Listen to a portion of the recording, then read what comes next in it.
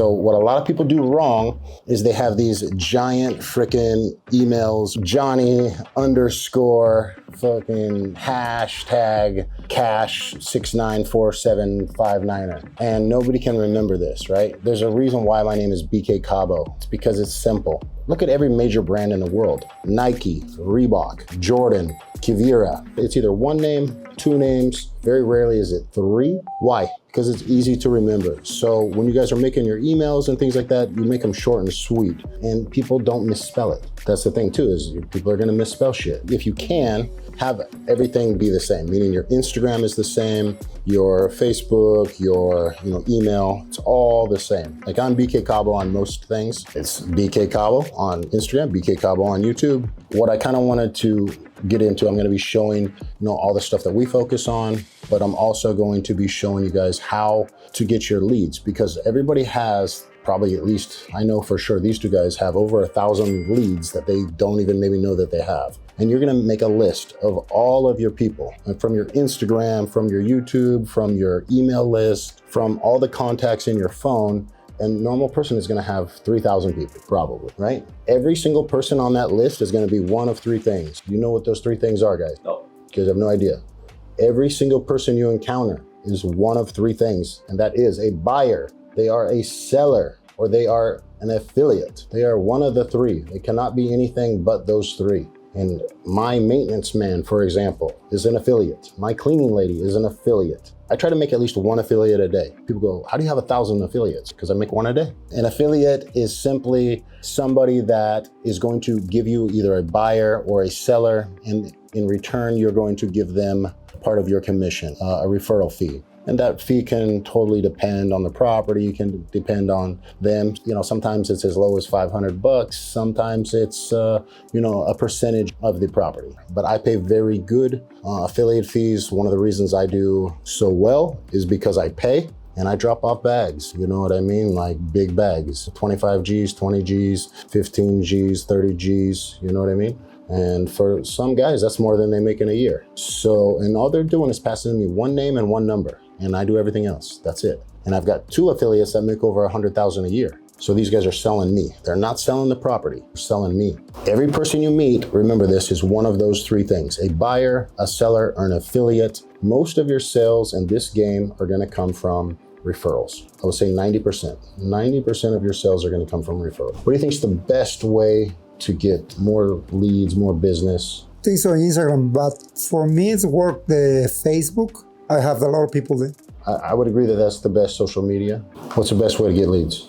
Just to talk to people. I think just to be open and just have regular conversations with people, and always just let them know what you do, but without coming off like you want to sell them anything, and let them know that you will pay for those referrals. And that you actually pay, yeah. That you actually pay. And then when you get it, pay. You guys were both pretty close there on some things. The fact of the matter is it's not social media. Talking to people, of course, talking to people is better than actually social media.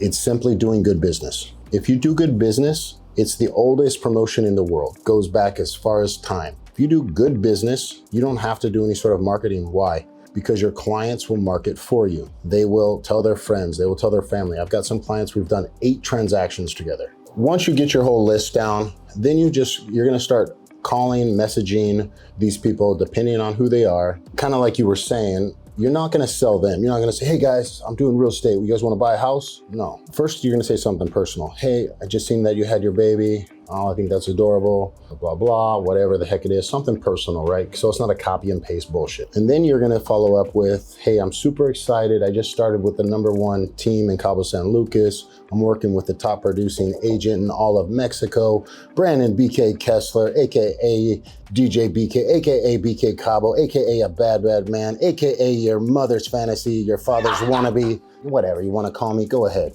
And you guys would be doing me a huge favor if you guys knew anyone that was interested in either buying or selling property in Cabo San Lucas, or really in all of the Baja. Right. So you're not asking them for the sale, you're asking if they know someone, right? One of our senior agents here, you guys know Saul Messino. He also does not use his email from Cabo One, I don't believe. But look at those glasses, looking fresh, son. Okay, so they're gonna respond with, yes, guess what? I do have a friend. And I've actually had this happen when I was door knocking back in the day. And I would knock on the door and there was this old lady and she goes, we were just thinking about calling a real estate agent. And I was like,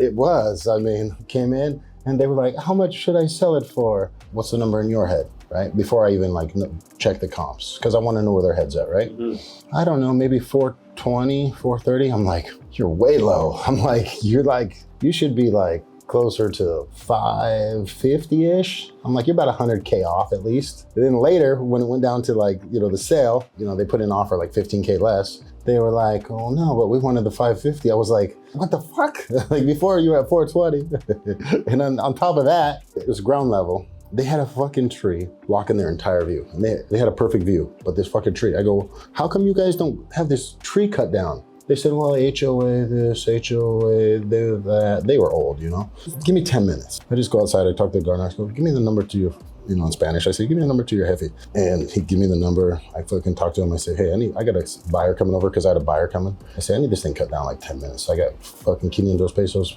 for you. Fucking chop it. One win. Boom, cut, done. Perfect ocean view. Now, I don't know if we want to sell it. That's what they were saying. And I'm like, shit, what the hell, man? Always get that listing agreement signed first before you do any kind of shit like that. We went from having no view to a perfect ocean view. You guys will be surprised who says yes, who says no. People that you think will be like, fuck off, or will be like, hey, they're going to be all about it, right? And then people that you think would buy are going to be like, oh no. So you never know. You don't know who's rich. You don't know who's poor. Usually the guys that are dressed really, they're trying to look rich. One of my richest friends, he wears flip-flops, basic clothes, and a really old Rolex that says old money. There's other little tales and just how they talk. That's the other thing that I always want my team to learn. It is the language of business. You have to understand the language of business. So if somebody starts talking about taxes, capital gains and acquisition tax and your, what is the closing costs and all of this type of things. If you don't have an answer for this, you're screwed. You're going to lose that client. You lost credibility. What do you think you guys should do if you don't know something?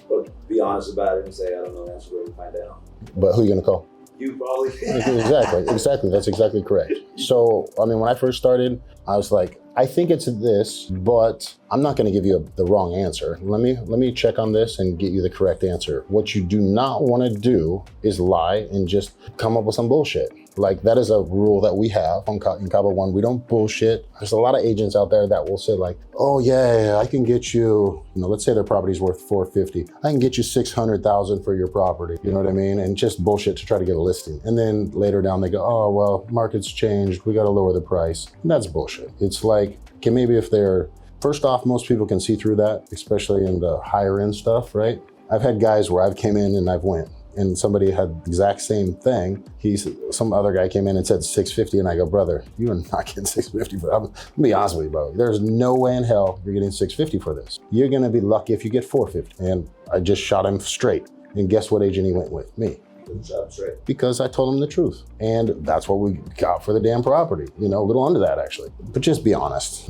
That's as simple as that. And you can always tell these people that talk too much, they talk fast. I've been on showings with these lower end agents that are just, they're talking and talking and talking and talking. And I'm like, man, it's like a used car salesman or something. It's you should be asking them questions. So how much should you be talking and how much should the client be talking? You have to be ready just for responding, but you gotta talk like 90%. Exactly. 90% for them, 10% you. That is exactly correct. Good job, brother. It's like a first date with a gal or whoever. You should be talking, for me at least, I'm just asking questions because girls, what do they want to do? They just want to talk about themselves. They really don't give a shit about you, to be honest, right? So I just ask questions, let them talk, drink, ask questions, they talk, ask questions, they talk.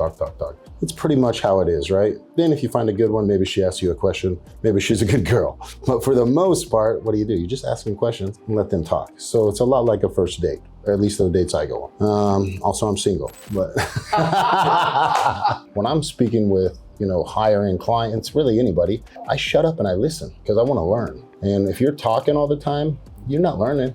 You're not learning shit. We got our list. We've sent out 100 of those things, and it's just math. It's just the probability you're gonna hit. If you knock on 50 doors and you talk with 50 people, you will get one listing. That is a fact. After you get the lead, what do you guys do with the lead? They go, hey, guess what? I got a buyer. What do we do? Do we sit around and we wait? No, we contact them immediately, or we pass them on to you if we don't know exactly what to say. Yeah, when we're first starting, it's always best to create a group with your team leader or with whoever you're shadowing. Usually it's gonna be a team leader. Learn how it goes, right?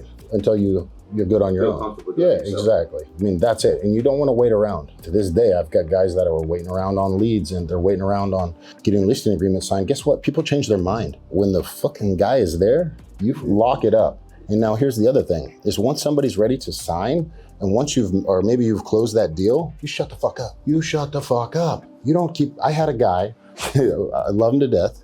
I locked it in with this guy solid, right? He is a good buddy of mine. He came, and this is what he didn't do. And leave. Like, don't take him out that night. You take him out before the sale if you need it. Take him out after you close. Fucking, it's done. Unless they really want to do it, just be done. Now, he's a drinker.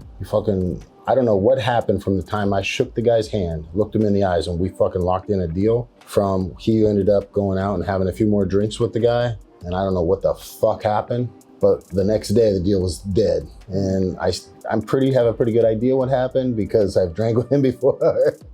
And you just close it and you're done. Okay, conversation has changed. We're not even talking about that no more. We're talking about sports. We're talking about some other shit because it's done. Because people will switch, right? You keep talking, they'll be like, oh, maybe we should check out this other one. And you've already got it locked in, right? And all you can do is laugh about it because in this business, you will have that shit will happen. You'll have some big deals that will come through and you'll have some big deals that will be like, what the fuck just happened?